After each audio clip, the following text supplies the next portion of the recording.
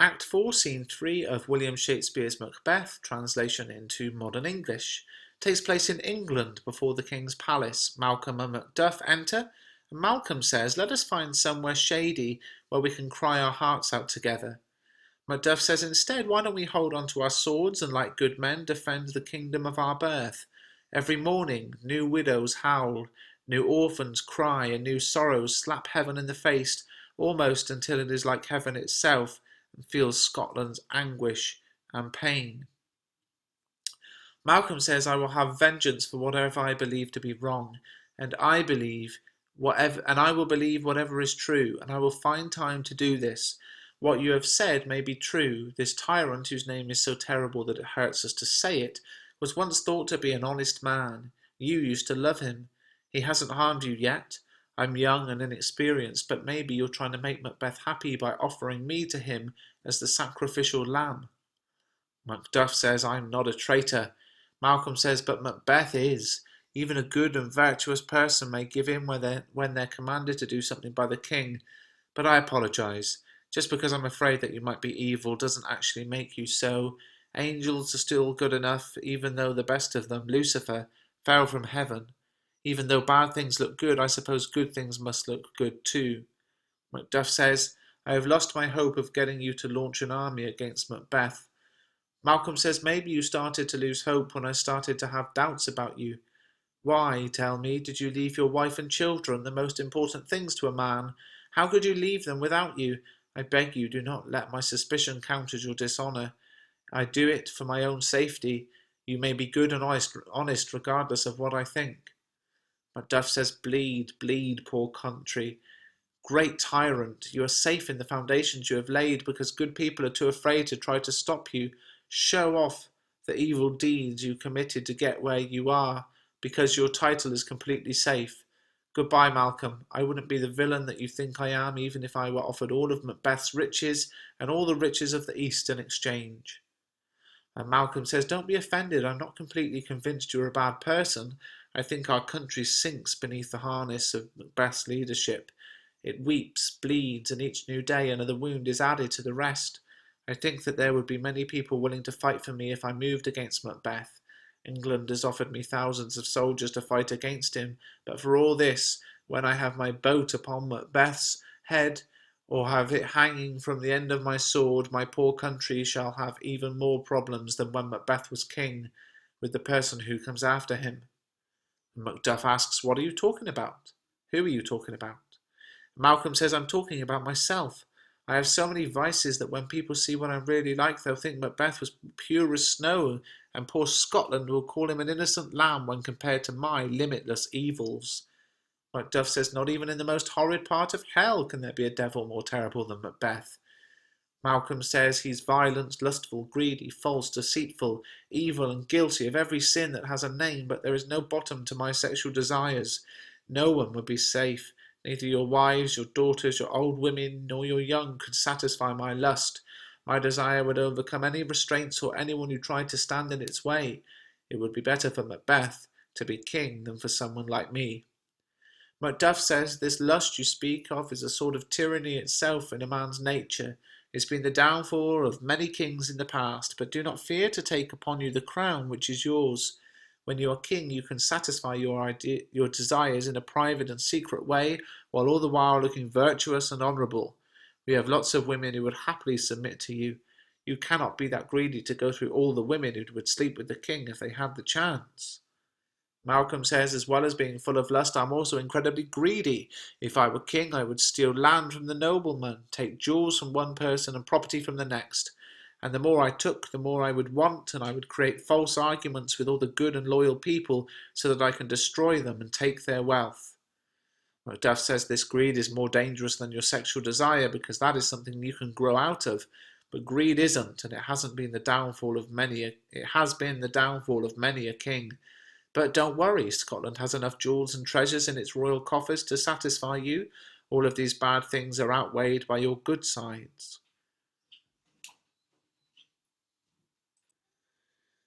Malcolm says, but I don't have any good sides. Those qualities that someone who is to become king should have, like justice, honour, patience, stability, determination, mercy, humility, devotion, courage, and strength of character, I have none of them.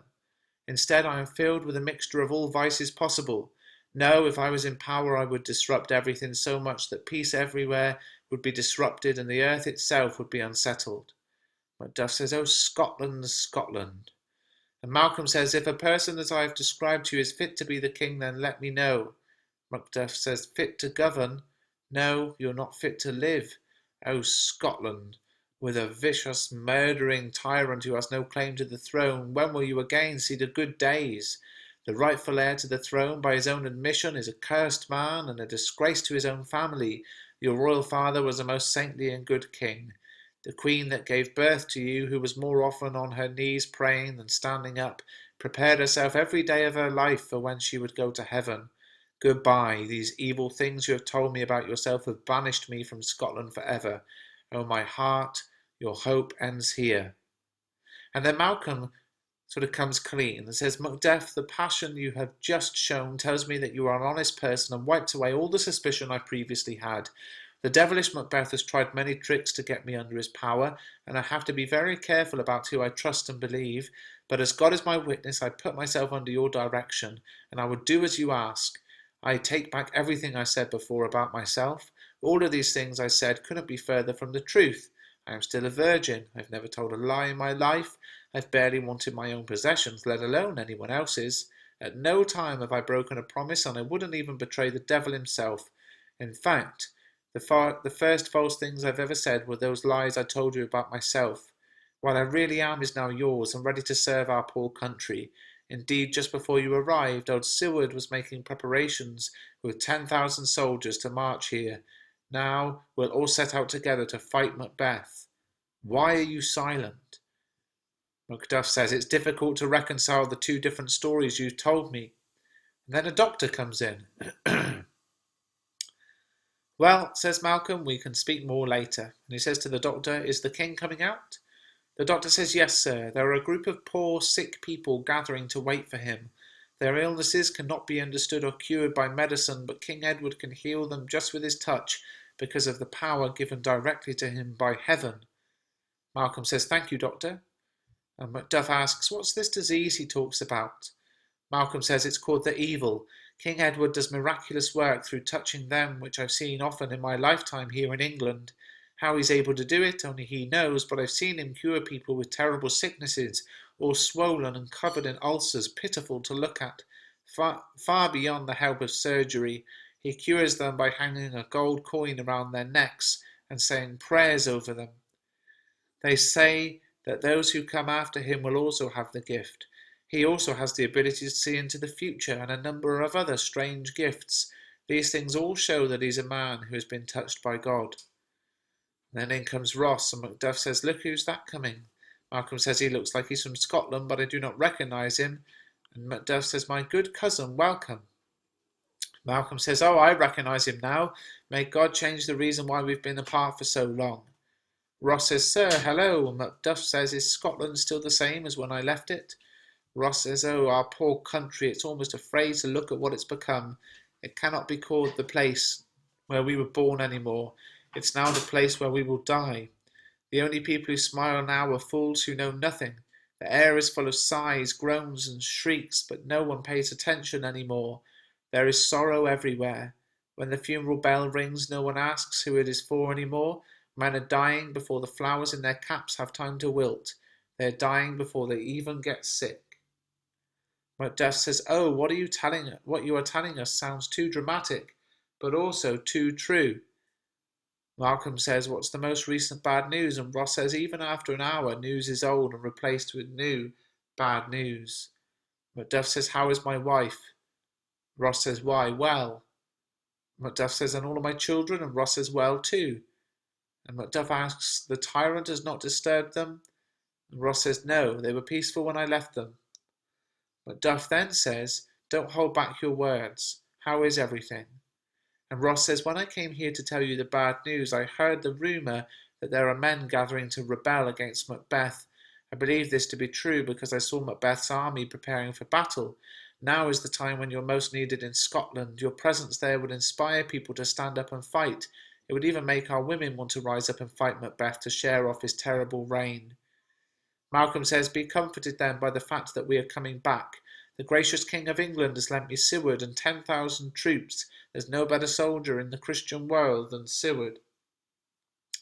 Ross says, I wish I could answer this great news with some good news of my own, but unfortunately the news I bear should be howled in a desert where no one could hear it. Macduff says, what is this news about? The general state of things in Scotland, or is it personal to one person in particular? And Ross says, no honest man could not share some of this grief, but the main part is for you alone. Macduff says, it's for me? Then don't keep it from me, tell me quickly. And Ross says, don't hate me for the words I'm about to tell you, because they are the worst thing you are ever going to hear. Macduff says, I can guess what you're about to tell me. And Ross says, your castle has been raided, your wife and your children have all been slaughtered. If I went into the detail of how they were killed, it would be too much for you, and probably kill you too. Malcolm says, merciful heaven, don't hide your grief, express your sorrow. The grief that you keep hidden inside whispers to your heart until it breaks. Macduff asked, my children have been killed too? And Ross says, wife, children, servants, everyone that the murderers could find. Macduff says, and I had to be here when it happened. They killed my wife too? And Ross says, yes, as I said. Malcolm says, take comfort, we shall make this better by getting revenge on Macbeth. Macduff says he has no children. All of my children are dead? Did you say all of them? Oh, that bird of hell. All? Did you say all of my children and my wife are gone? In one go? Malcolm says, fight it like a man. Macduff says, I will, but I must also feel it like a man. I cannot help remembering those things that were so precious to me. Did heaven simply look on and do nothing? Sinful Macduff, they were killed because of you. As bad as I am, they were killed because of me, not anything that they did. May they rest in peace now. Malcolm then says, let this be the stone on which you sharpen your sword. Let grief change into anger, and don't let your heart soften it. Let it out as pure rage. Macduff says, oh, I could go on like this, weeping like a woman and boasting about how I will avenge my family, but let's cut it short. Heaven bring forward Macbeth so I can face up to him and have him within sword's reach. If he escapes from me, then heaven forgive him too. And Malcolm says, now this sounds like a man talking. Come on, let's go to the king.